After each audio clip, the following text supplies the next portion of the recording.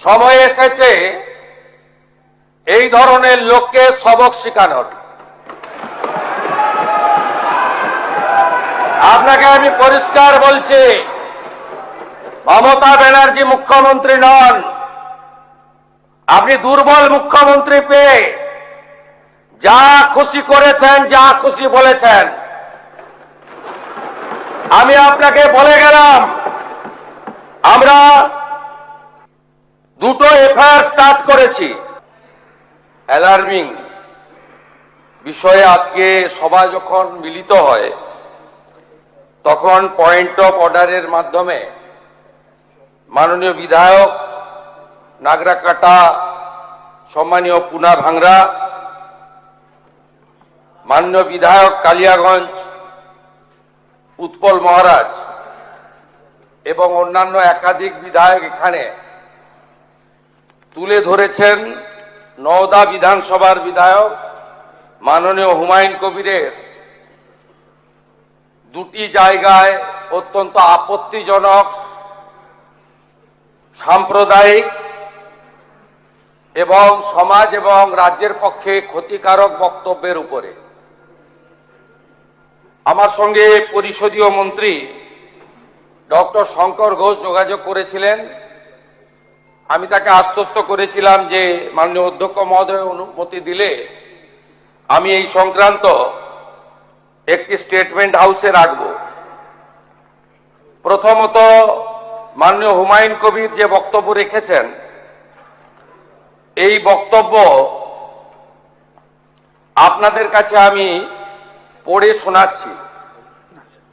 26/6/2026 afternoon, Humayun Kabir MLA Nowda AC, তিনি একটি উনার পার্টির মিটিং কাশীপুরে রেজিনগরে করেছেন।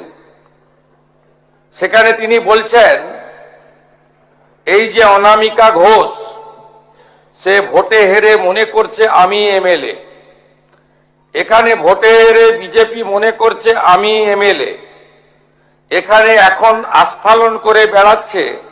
তা আমি শুভেন্দু অধিকারীকে সেদিন বলেছি যে আপনি ভোটে জিতেছেন, আপনার দল জিতেছে, খুব ভালো কথা, কিন্তু মুর্শিদাবাদে আস্ফালনটা একটু কম করবেন।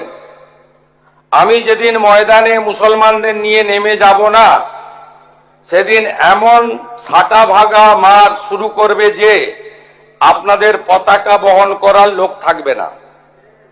কেস এরকম কেস আমাদের বহরমপুরে জেল খাটা আছে। 5000 লোককে আপনি বহরমপুর সেন্ট্রাল জেলের যা আয়তন, তাতে 4700 বা 4800-র বেশি লোক ধরে না। লাখে লাখে লোককে রাস্তায় নিয়ে নামাবো আর ছাটা ভাঙা মার দেব আর জেলে যাব। কদিন জেলে আটকে রাখতে পারবেন, কত খাওয়াতে পারবেন দেখব। লিমিট যেদিন ক্রস হয়ে যায় না, মাথাটা যেদিন গরম হয়ে যায়, সেদিন আমি এসপি বুঝবো না, চিফ মিনিস্টারে বুঝবো না, আর কে কোথায় থাকলো আর কে কোথায় থাকলো না ওসব বুঝবো না। আমি নিজেই নেতৃত্ব দিয়ে দাঁড়াবো। এটা একটা ইনসিডেন্ট 1। ইনসিডেন্ট 2, শক্তিপুরে দুয়ারা ঘাটে 8 তারিখে, সেখানে উনি বলছেন ভোটের আগের দিন আমার নিজের ভাইপোকে অ্যারেস্ট করেছে এই ওসি। এই আমি তো ভাষা বলতে পারবো না। এই বাচ্চাকে আগে দেখব, তারপরে ভাষাটা আমি অমিট করছি। এই বাচ্চাকে এমন শিক্ষা দেব, এর বাবা 14 গোষ্ঠীর নাম ভুলিয়ে দেব। এ লালগোলাতে 500 মুসলমানের লাইফ শেষ করে দিয়ে এসেছে। সত্যভাবে বলবো, এই ওসিকে এখান থেকে সরানো শুধু না, একেবারে অকেজো পোস্টিং দিতে হবে। যদি না দেয় 10,000 লোক নিয়ে থানা ঘিরে একে কলার ধরে থানা থেকে বার করব, পারলে আমাকে রুখে নেবেন। এই দুটো ইনসিডেন্টের পরে আমার মনে হয়েছে যে এনাফি জানাব, সময় এসেছে এই ধরনের লোককে সবক শেখানোর। আপনাকে আমি পরিষ্কার বলছি, মমতা ব্যানার্জি মুখ্যমন্ত্রী নন। আপনি দুর্বল মুখ্যমন্ত্রী পেয়ে যা খুশি করেছেন, যা খুশি বলেছেন। আমি আপনাকে বলে গেলাম, আমরা দুটো এফআইআর স্টার্ট করেছি। Rejinagar PS case number 219/226 dated 26/6/2026 under section 152, 192, 196, 197, 224, 299, 351 within bracket 2, 352, 353 of the ভারতীয় ন্যায় সংহিতা।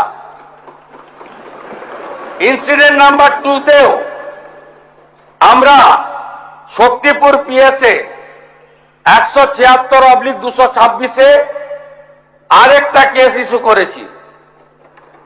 সেই কেসেও আমরা ভারতীয় ন্যায় সংহিতার সমস্ত সেকশন লাগিয়েছি এবং আমি আপনাদেরকে অ্যাসিওর করছি, এত বড় ক্ষমতা আপনাকে কেউ দেয়নি। আপনি মুখে যেগুলো বলেছেন, আপনাকে আমি বলে গেলাম, আপনি কেন করছেন আমি জানি। আপনি কেন করছেন রাজনৈতিক কারণটা আমি জানি। আপনার এজেন্ডা 2 ছিল। 1 এজেন্ডা ভরতপুর, রেজিনগর, নওগাঁয় সব নির্বাচিত পঞ্চায়েত যে দলেরই হোক ভেঙে আপনার পার্টিতে নিয়ে যাওয়া। আপনি সেটা করতে পারছেন না। আর দ্বিতীয় হচ্ছে, আপনি 2টো সিটে জিতেছেন, নিয়ম মেনে একটাই রিজাইন করেছেন রেজিনগর। আগামী 2-3 মাসের মধ্যে উপনির্বাচন হবে, আপনি আপনার ছেলেকে জেতাতে চাইছেন। 72% মুসলিম আছে, মুসলিম ভোটকে কনসলিডেট করার জন্য আপনি এই খেলাটা খেলছেন। আপনি কান খুলে শুনে রাখুন, আপনাকে এইভাবে ধমক, হুমকি, বেপরোয়া, লাগাম ছাড়া কথা বলতে দেব না, দেব না, দেব না। আপনাকে আমি শুধু 3টে উদাহরণ দিলাম। সন্দেশখালীতে একজন ছিল,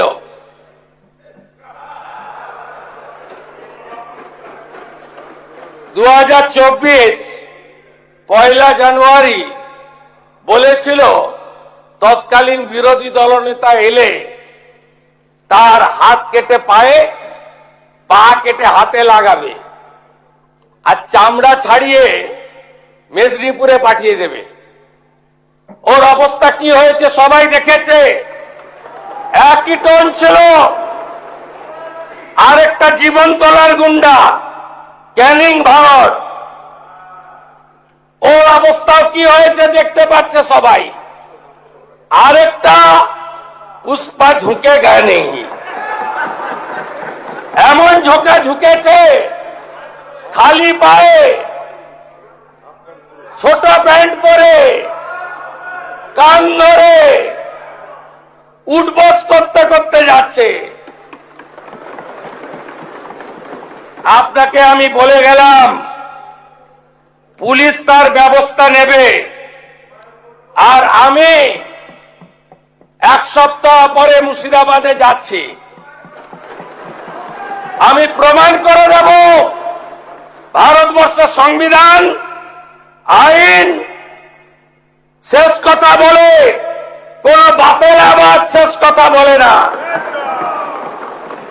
আপনাকে সংযত হওয়ার, সতর্ক হওয়ার, এই ধরনের কথা প্রত্যাহার করার এবং ভবিষ্যতে এই ধরনের কথা বলার আগে 25 বার ভাবার হুঁশিয়ারি দিয়ে আমি সবাইকে আশ্বস্ত করছি। আপনারা ভাবছেন কেস হয়েছে, অ্যাকশন কবে হবে? যারা ওকে ডেকেছিল এই সভাতে তাদেরকে আগে তুলব, তারপরে আপনার কাছে যাব। যা করার করব, আমি আশ্বস্ত করছি আপনাদের। আপনি ধরে রাখুন, এটা ওর শেষ বক্তব্য, ধরে রাখতে পারেন।